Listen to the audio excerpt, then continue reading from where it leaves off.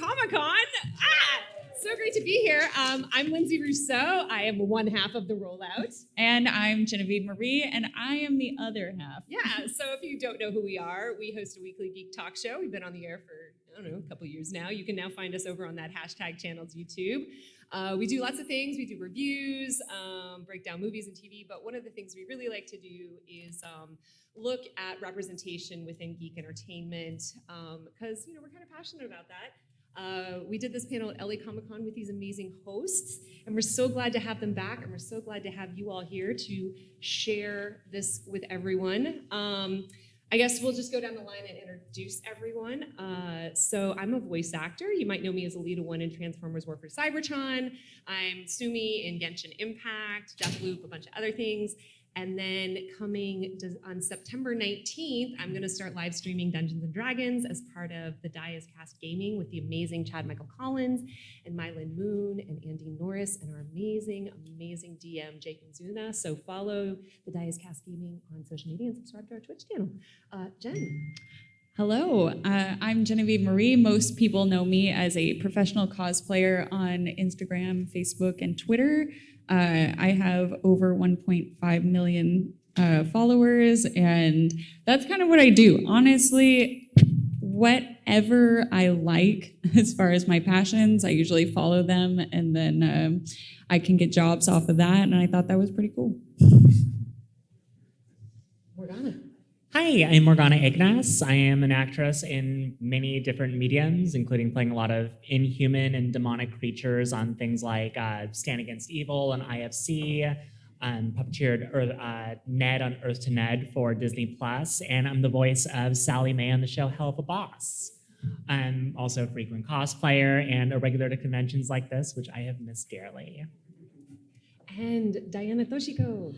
Hi, I'm Diana Toshiko, and I have 862 followers. Yes. Queen. Don't rush the table right now. Kind of a million. Hey, your autographs are gonna kill on eBay. That's right. Someday. So I was recently a part of the Warner Brothers Discovery Showcase. Out of like 8,000 people, they picked me. I don't know why, because maybe I'm funny. And then I'm also an actress, so let's see. I was in Captain Marvel, Dave, Good Trouble. I don't know, a whole bunch of stuff. It's on IMDb. look them up. I don't know, look me up. Yes. I don't want to have to say it. Find our IMDb. The name tag is right in front of you. Look her up. Most of what we've done. It's just the nature of I do forget, yeah. It's not my job to remember what my resume is.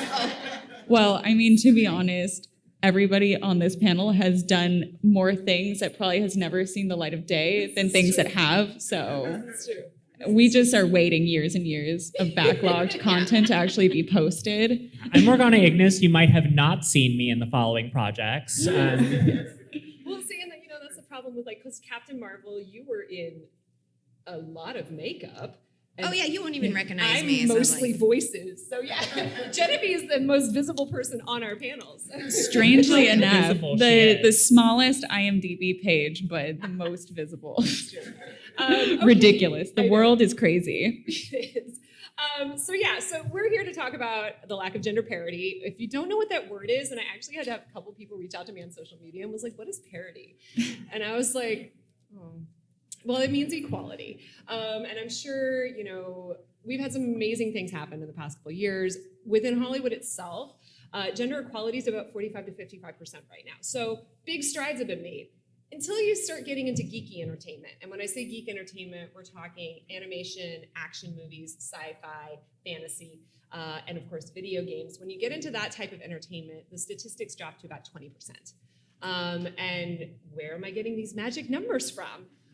You can thank the Gina Davis Institute. If you don't know who they are, please, please, please follow their work. She has done, her foundation has done amazing work on promoting gender equality within Hollywood and especially with girls. And then of course, the Annenberg School of Communication does fantastic studies every year. So the latest stats as of 2019 are in action adventure movies, women and girls made up 27.9% of speaking characters. In animation, it was 33%. And in comedy, it was 38%. And then in video games, it's about 20%. And then when we start looking at women of color and the queer community and women of other faiths, of course, those numbers drop off drastically. I think the latest statistic for Muslims is 2%, and I'm pretty sure that's all Miss Marvel. Yeah, Like, that's all we've got. Made up the entire pie graph. So the numbers are not great, but yes, we do have Disney giving us Miss Marvel and She-Hulk and WandaVision, but Jen and I like to dig a little deeper when it comes to like, hey, we've got these great tentpole female characters. Yeah, but do we? Our show goes into kind of the nitty-gritty of what representation actually looks like on the screen. Just because you have somebody in the credits does not mean at all that they are represented correctly, or that they were able, if they're a writer or if they're a director, that they were able to get their story across, because they're just one person in a room of a whole bunch of other people who are in that room, and things that might have been okayed in the beginning of a project. The Brave movie is actually one of my favorites to point to. Brave actually had a female director for a good long time, and she was able to do a lot of the script and the writing. And lo and behold, she did not get along with John Lasseter. I wonder why that would be. And then she was asked to step down from the project and was replaced by a male director. And then that's why the beginning of the movie is very solid, because that was most of her work. And then when you get to the bear stuff, that's where it changed.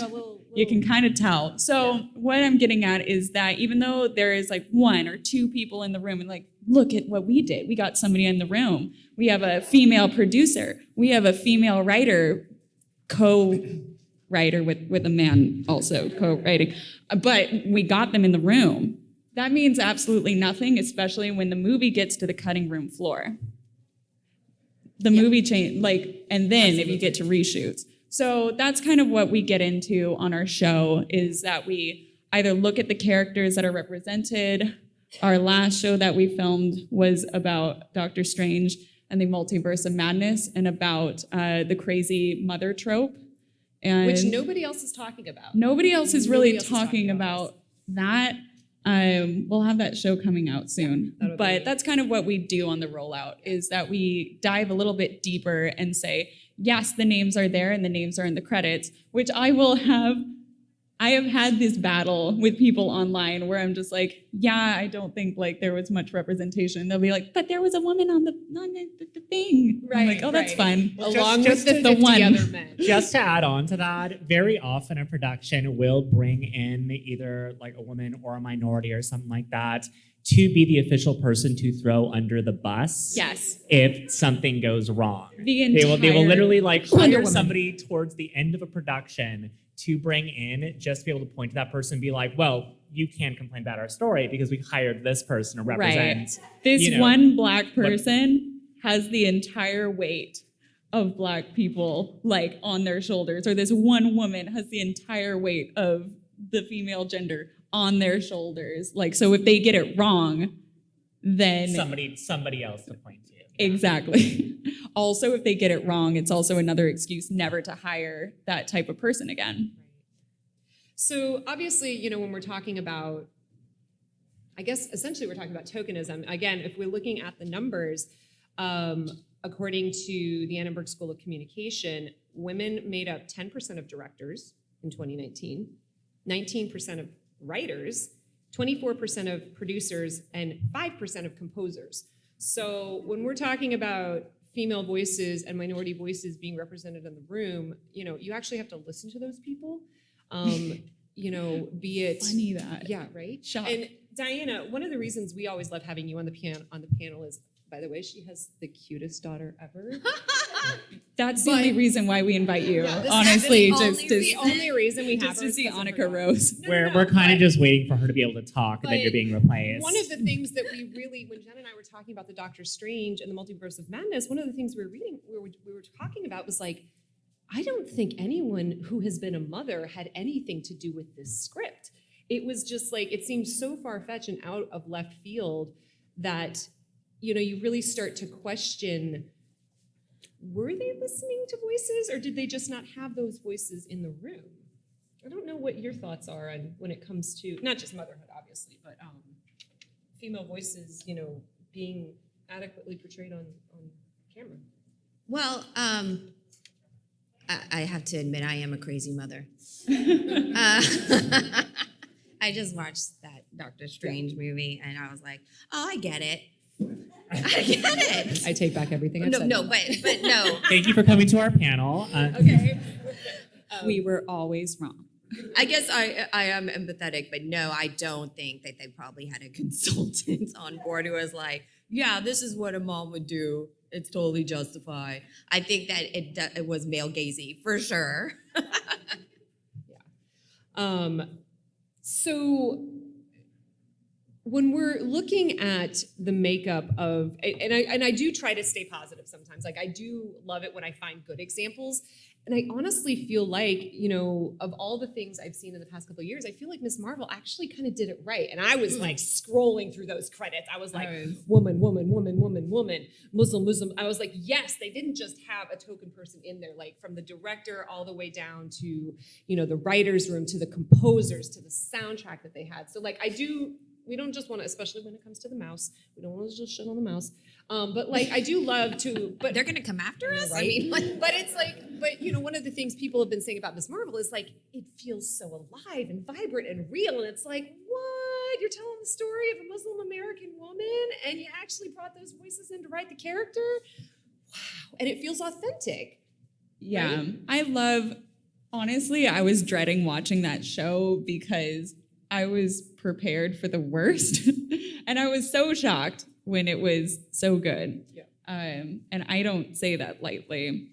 But yeah, I think they did a really good job. I think that when you do actually listen to minority voices, and you actually have these people in the room, and you actually have them writing, and you actually have them having hands on the project, and not just, oh yeah, that's a good idea, but like, what did the other people say in the room? Then you actually get something that's authentic, and you get something that's good. I have never seen media that has just been kind of put together by people who've never lived the experience, don't really know what it's like to have that kind of life, and have it be, even to an outsider, interesting and feel authentic and feel like it has something to say and that I'm actually going on somebody's real journey. Yeah. And one of the things like you just brought up is that I feel like, one of the criticisms that we heard when Turning Red came out, there was... Oh my God, love Turning Red. It was amazing. Fantastic movie. Oh. But there was one... I'll call him a journalist. I use that term lightly. He wasn't. I know what he you're was talking not about. a journalist. But basically, his takeaway was that unless you are a Chinese Canadian teenage girl, you can't relate to this movie at all. This was, okay, for And I some was context, like, yes. This review came out, I believe, before the movie It did come out before released. The movie. Yeah. This was somebody who had a screener, and they were a film critic, and they were also of the male persuasion. And so when they wrote it thinking that once the movie came out, there was going to be waves and waves of people that agreed with him. But as they do. How fast did that retraction come out? But then and I'm actually very happy about this, because when the article posted, you had a lot of people in the comments just being like, this is unfair, this is ridiculous. There was a lot of backlash, and the guy really did get grilled, like dragged up and down Twitter, and it was... As he should. And we love to see it. I lived for that. I don't care. You know what? I don't give him the benefit of the doubt. I don't care if he was watching a screener or if he was thinking of a certain population. I don't care. What he said showed his bias, and I was like, mm-mm. Well, and the thing... It was bad. It was very, very blatantly awful. Because the thing you were just saying about Ms. Marvel is like, even if you do not come from that culture or that gender or that, orientation, you can just enjoy good stories. And that's what we need. I mean, it's like, Well, I'm sorry. I cannot relate or identify with any white cis male project ever. Well, you know what? Well, there goes Well, 98% of Hollywood. the problem is, and this has been for the longest time, is that as we're getting more representation across media of seeing different people represent, characters that they fit, what we now have to work on is that no group of people is a monolith. Right.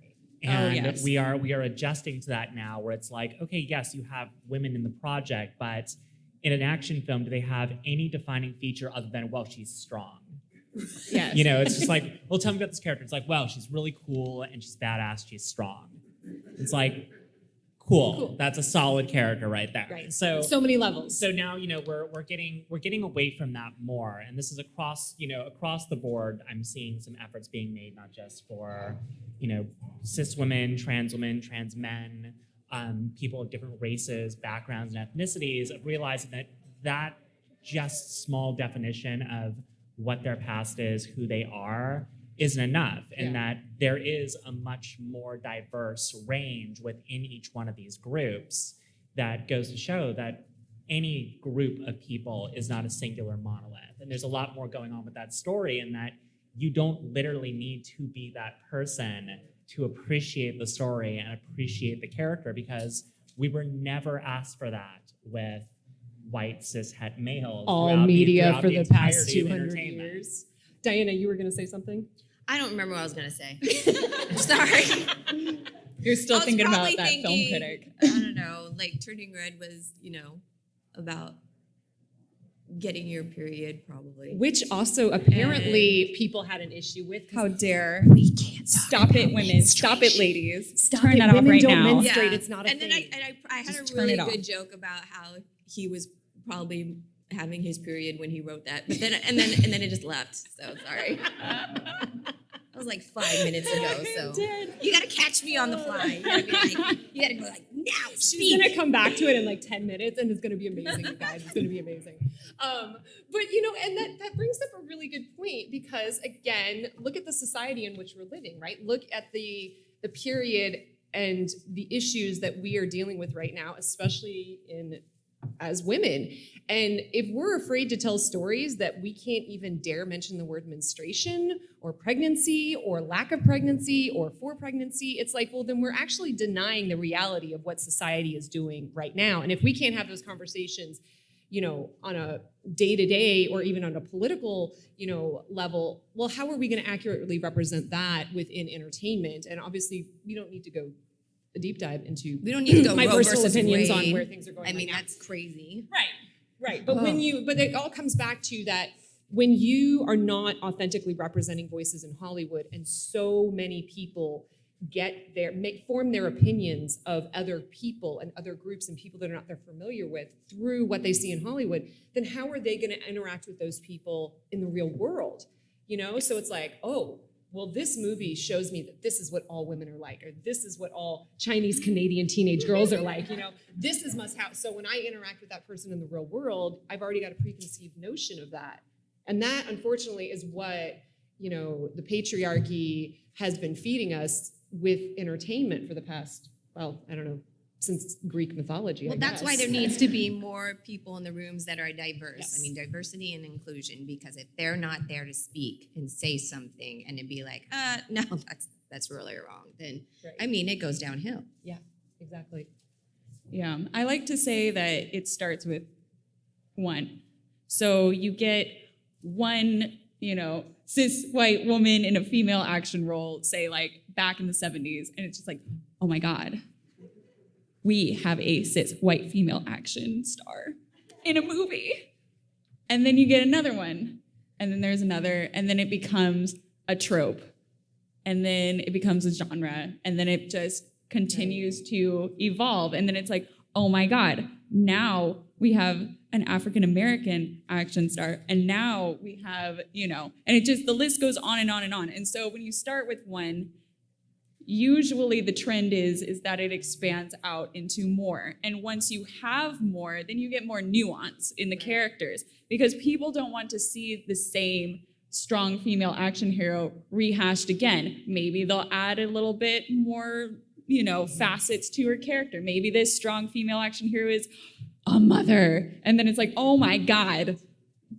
We went from 2-dimensional to 3-dimensional. How did we do that? Career outside of child rearing, Genevieve. I mean, come on now. And There's then, no time. And then you get to add, you turn the 2-dimensional character into a 3-dimensional character, and then you can add on from that, and then it expands. It gets far better the longer that we continue to start with that one piece of representation. And I'm not saying the first one is going to be good. It usually is dog crap. It's usually awful. I'm probably going to get some hate for this, but I'm sorry, y'all. Oh, I no. hated Wonder Woman. I hated it. And I know Patty Jenkins' name is on the writing credits, but you've got to be kidding me. There's no way a woman wrote that script. I'm sorry. 1984 just stomped on my soul a little 1984 bit. wants its stereotypes back. We have done an entire panel on Wonder Woman 1984. Please tune into the rollout. We have past episodes about this. I think we went over an hour on that. There were so many things. But yes, and when you get that first one, it's not going to be the best iteration of that character. In fact, we don't want it to be. We want it to be hopefully somewhere in the middle. Usually it's like below average. And then people are like, yeah, I liked that we had this character, but I wish she or he or, whatever was more this. Or I wish that they didn't make this person die in the last act of the film. Like that was kind of, I don't know, a little poor taste. And then you get more and more and more and more, and it gets better and better and better. But I mean, and that is a really good point, is that even when we have quote unquote failed attempts at representation, it at least, and you guys totally disagree with me, at least is moving the needle forward a little bit. Sometimes it moves it back a lot of bit, but for as much as I disliked Wonder Woman, there is something to be said that Patty Jenkins opened a lot of doors to female directors and female writers, and showing that, hey, a woman can lead a tentpole action film, and then now all of a sudden we get our Captain Marvels and we get our She-Hulks and our Miss Marvels, when before, 20 years ago, I can't imagine Miss Marvel being made. I can't imagine it. And Diana, you probably can speak, because can you imagine Turning Red being made even, 10 years ago? No. Yeah.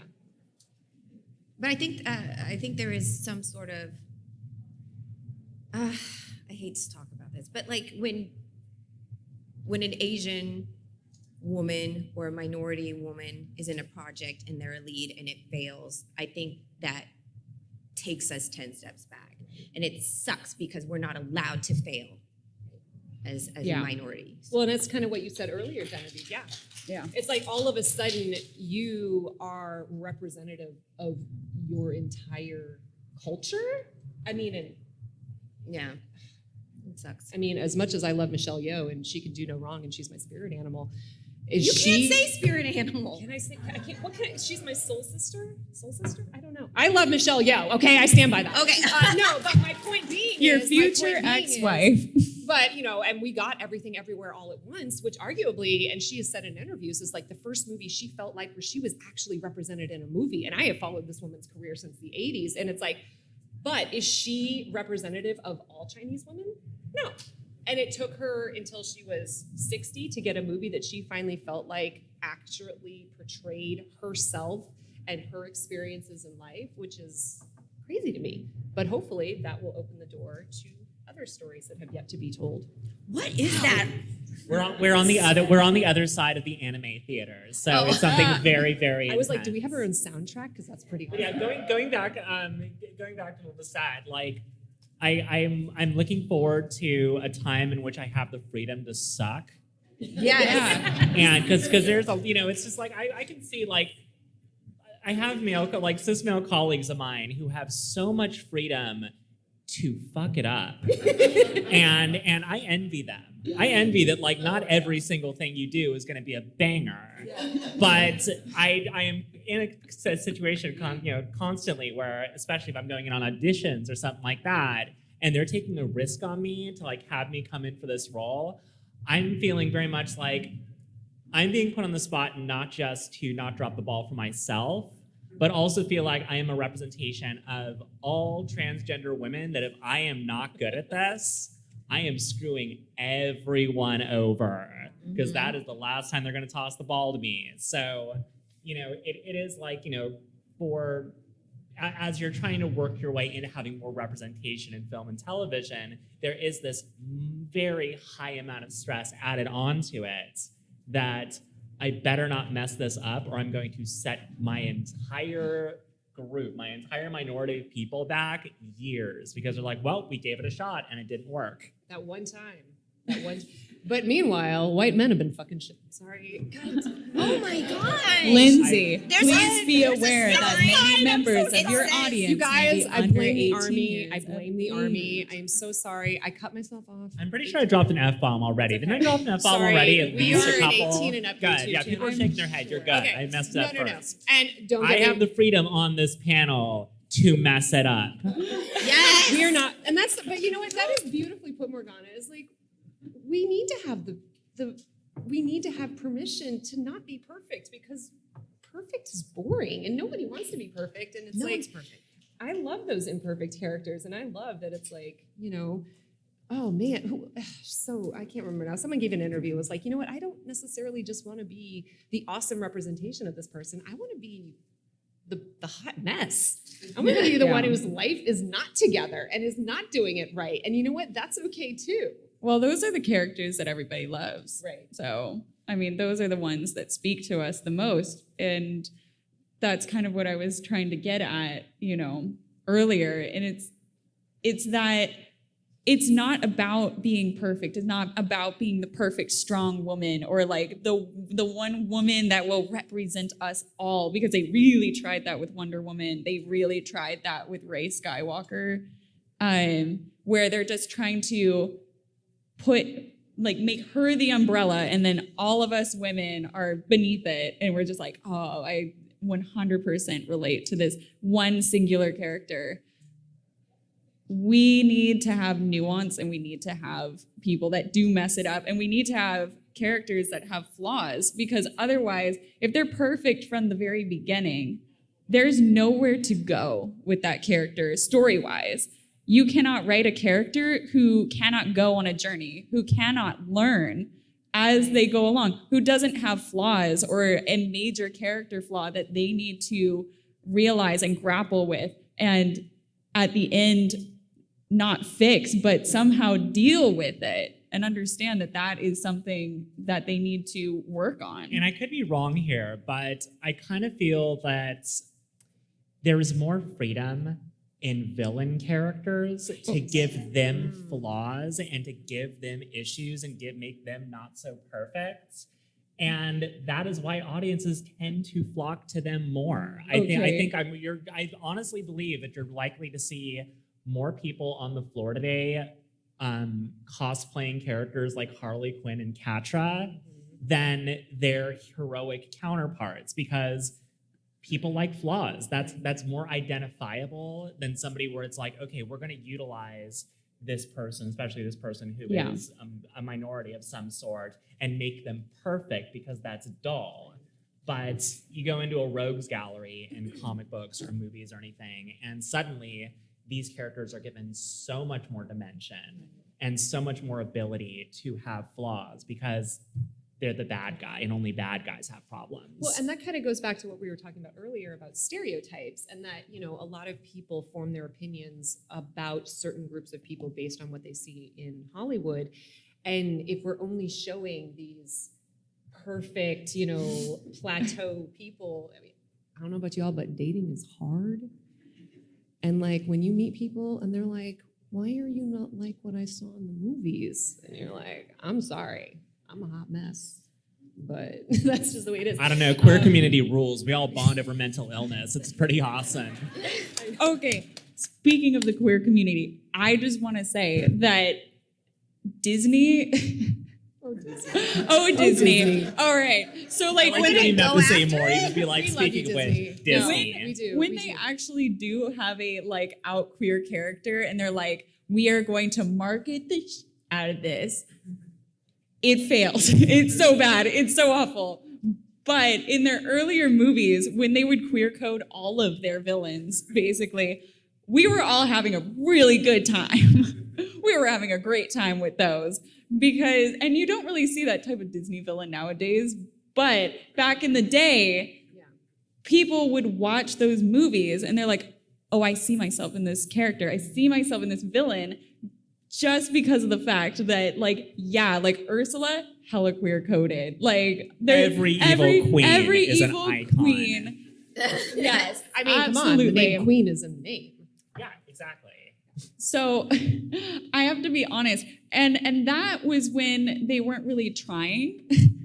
And I'm like, when Disney doesn't try so hard, when they're not a pick-me and a try-hard, they can really pump out some good stuff. Like, yes, you look back on those films and in the time in which they're made, of course, there's gonna be some problematic stuff because, I mean, now a lot of that stuff is dated.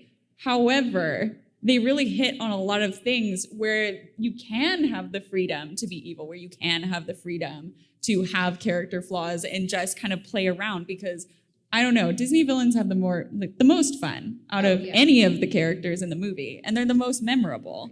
So, but when Disney actually does try, like LeFou,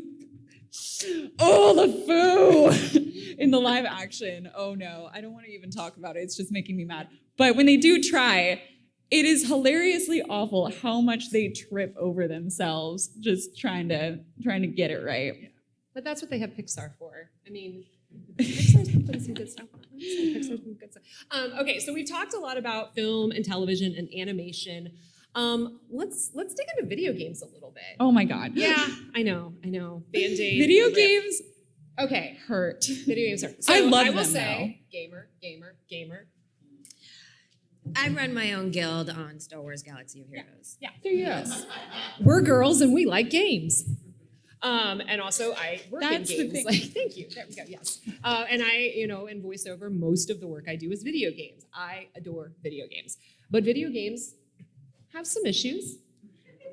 So A little bit. representation in video games, I think, especially for female speaking roles, are just absolutely abysmal. I think they are probably the worst out of any medium, except for probably the composers. Oh yeah. Yeah. I'm looking up my statistics right now. 1 out of 4 characters are female. Leading characters make up 27%. However, female characters are more likely to be visually or verbally sexually objectified than male characters.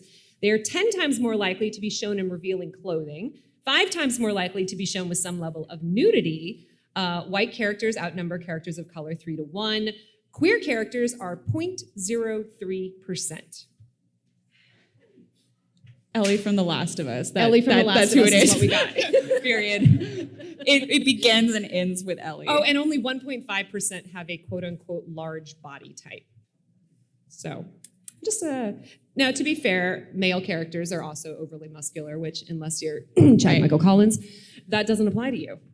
So, video games, I love video games. I really do. But it does have a problem that stems from when you're the player character, you want to be the most badass, the strongest. Yeah. Like, you want to be God level because You want to be Kratos. you don't get to be that in real life. You want to step outside of yourself and be able to be better, to just spend a couple of hours being a hero, and just have that wonder of escapism, just the relief of it, especially nowadays.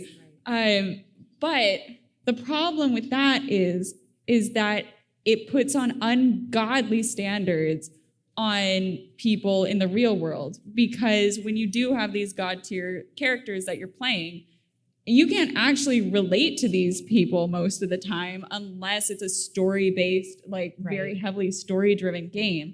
I very much love heavily story-driven games, and I would definitely suggest anybody here to play. I mean, if you want female representation, if you want representation of mental illness, play Hellblade. Yeah. Senua's Sacrifice. It is the best game that I honestly, it's one of my favorites. But yeah, when you're starting off. We've essentially gone from Lara Croft and Sonya Blade to Aloy. So I will say, to go from Sonya Blade, who I don't know if anyone knows the history of Mortal Kombat. Sonya Blade wasn't even supposed to be in the game. They literally developed the entire game, and the devs were like, oh, we don't have a single female character in this video game.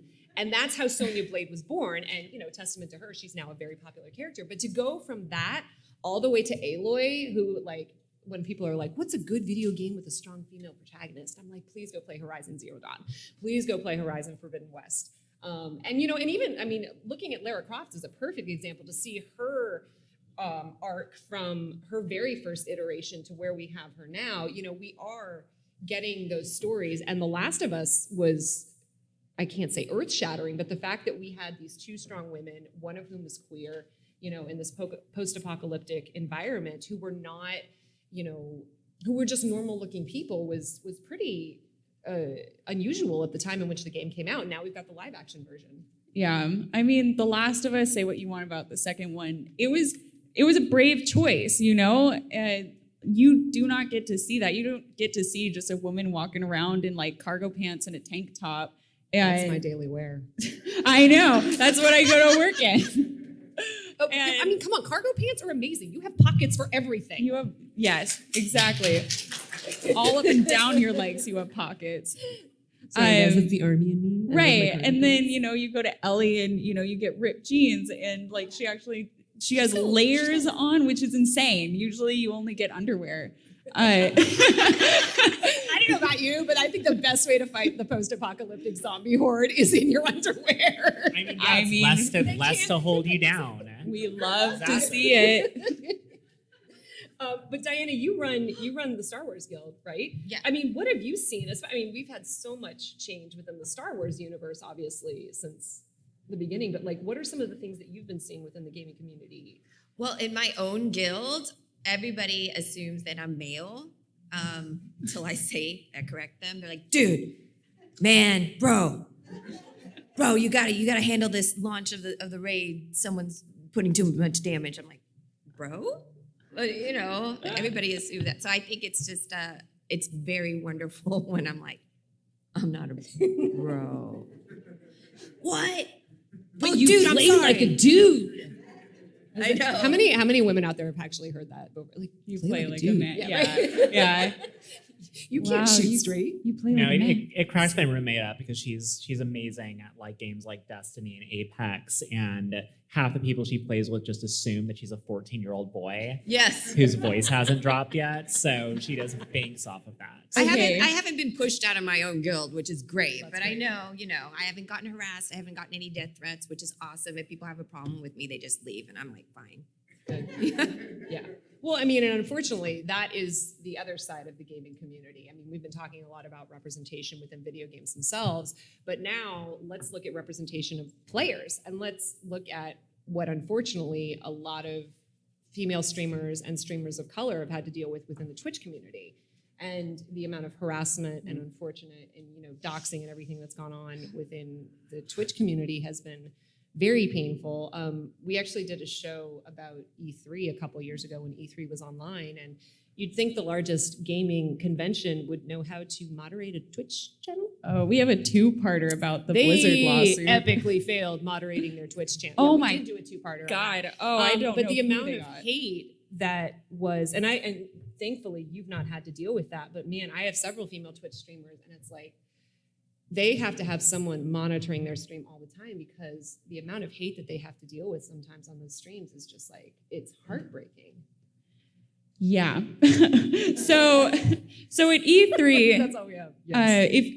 If you're unaware, at E3 when they had their their post-quarantine show, they decided that they were going to have a lot of people like stream in, and they were going to stream all of the show, all the panels on Twitch, which was a colossal mistake because I don't think they did have moderators. They did not. They no. did. They finally just completely shut down the Twitch chats when it became so toxic. They did not have moderators, and then they made the colossal mistake of streaming on Twitch, having no moderators, and then having a panel about representation. And that's when everything just went to hell. And they had to shut it down.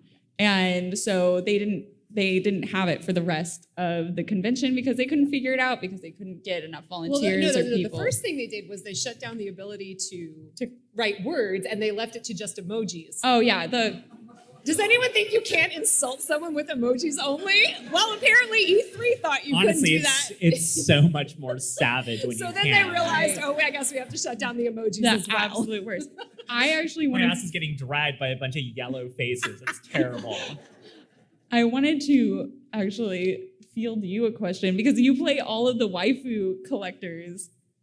Like you play all the waifu collector games like Fate Go and Genshin and whatchamacallit and Magica Madoka.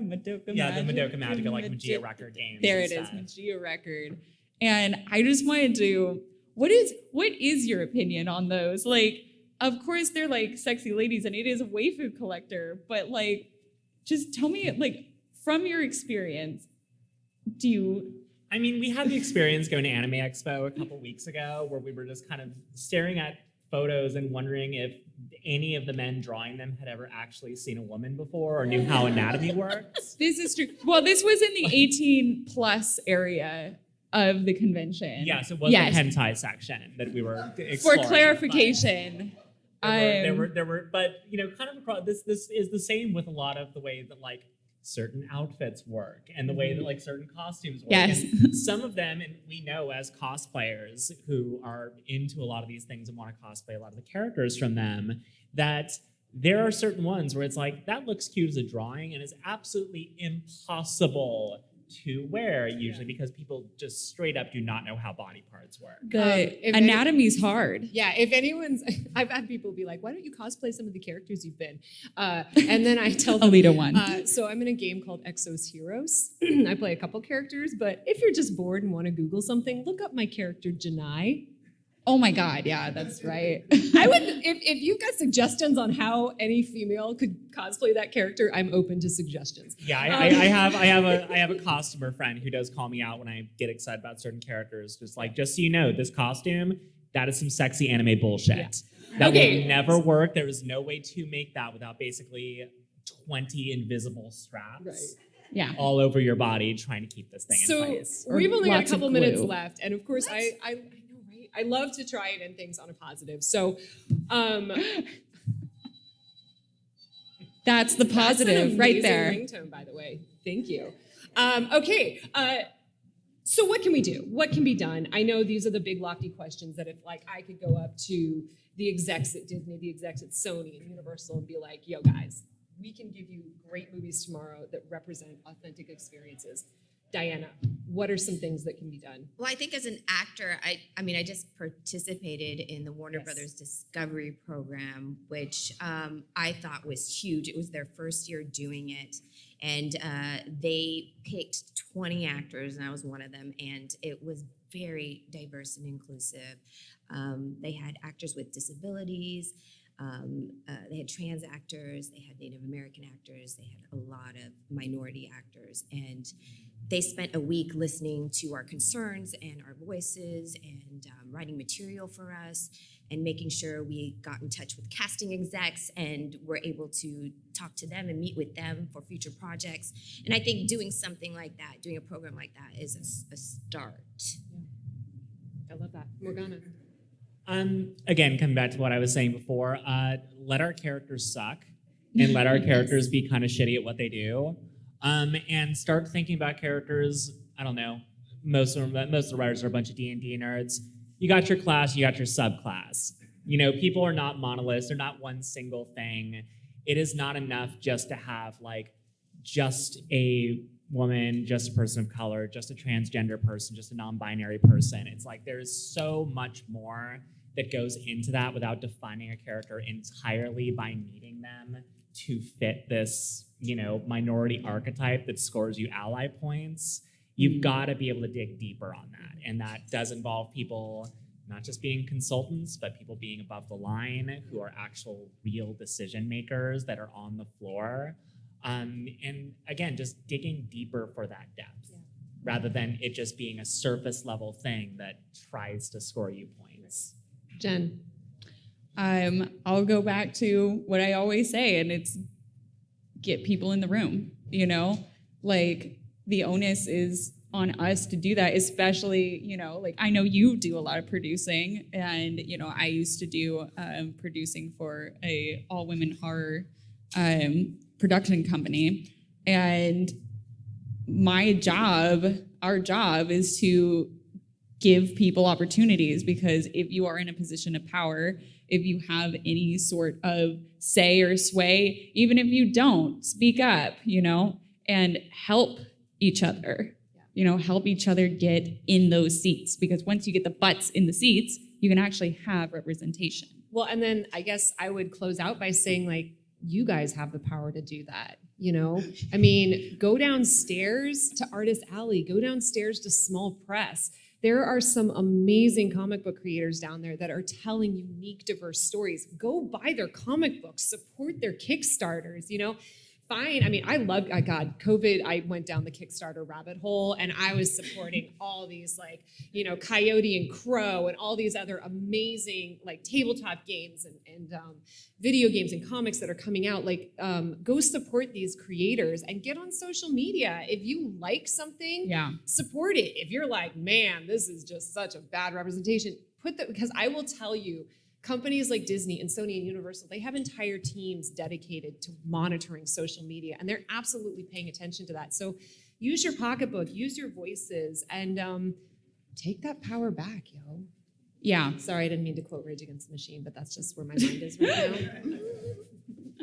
All right. Thank you guys. Thank you guys for coming. This was amazing. Our first Comic-Con panel. Thank you so much.